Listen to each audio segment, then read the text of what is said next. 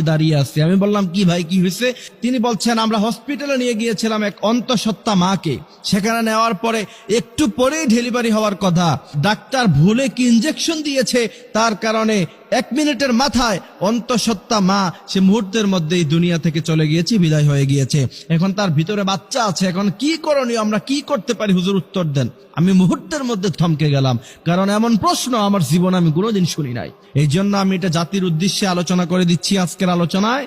অবশ্যই আমাদের আলোচনা যারা শুনছেন, আদ-দাল্লু আলাল খায়রি কাফাইলিহি, এই হাদিসের ইস্তেদলালে আপনারা এটাকে শেয়ার করে দিবেন বেশি বেশি, যাতে করে গোটা জাতি জানতে পারে। কারণ একটি মাসালা, আপনি আমল করেন অথবা না করেন, আপনি শিখলেন, বিশ্বনবী বলছেন নফল নামাজ পড়লে যে পরিমাণ সওয়াব, সেই পরিমাণ সওয়াব আল্লাহ পাক তোমার আমল নামায় দিয়ে দিবে।